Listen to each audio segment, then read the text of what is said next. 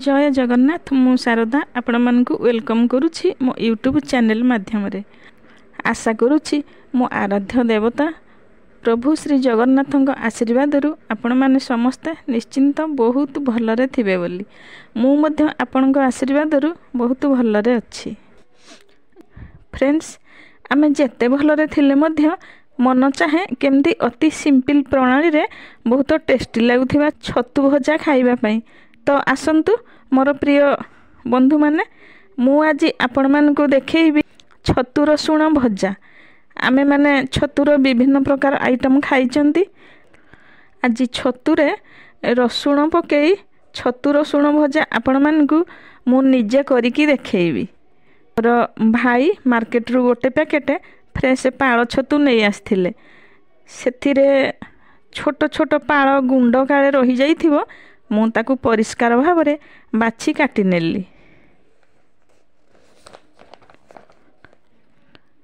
कटा छतु को किछि टाइम पई पानी रे बतुरई देली कारण सेथिरे कोनोसी बाली रही जाइथिले ताहा पानी रे पड़ी जिवो।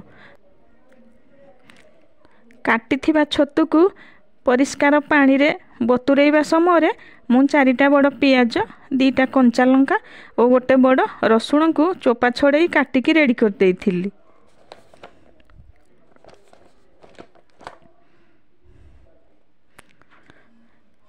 तापरे परिष्कार पानी रे छतु को धोई देली।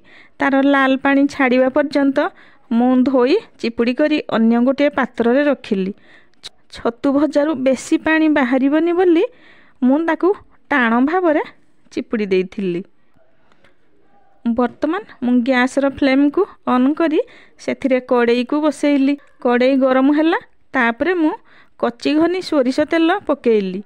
तेल गरम हैला परे आपण मान तो निश्चय देखुचंती।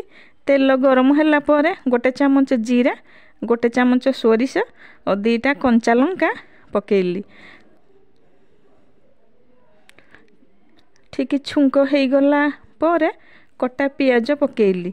रखिथिबा रसुण कोला को पकेइली। रसुण पियाज किछि मात्रा रे ब्राउन कलर आसिला परे सेथिरे अल्प रेड चिल्ली पाउडर हळदी पाउडर पकेई पुणी फ्राई करली। वर्तमान पियाज रसुण ठीक कलर हो गला।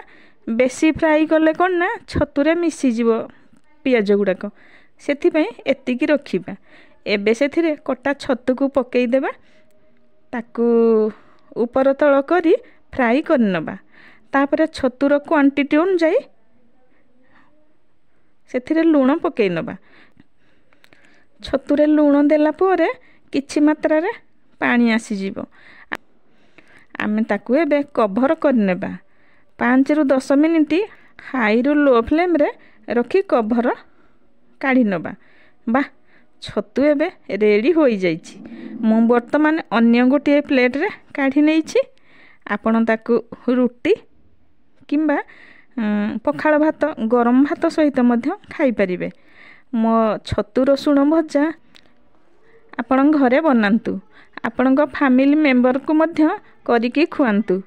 मो छतु रसुण भजा आपण को किमती लागिला आपण खाइकी जानि परिबे।